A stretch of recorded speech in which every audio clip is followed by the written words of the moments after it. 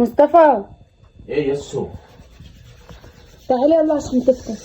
انا جعان قوي صراحه، وانتوا بعتوا لي بتاع الفلافل وبتاع الفول وجيت عايزين لانشون ماشي وجعان انا بصي مش قادر. ايوه لازم نطلب اللي احنا عاوزينه. ايه يا جدعان ده يا جدعان؟ يا اما عايز اخف لانشون يا اما.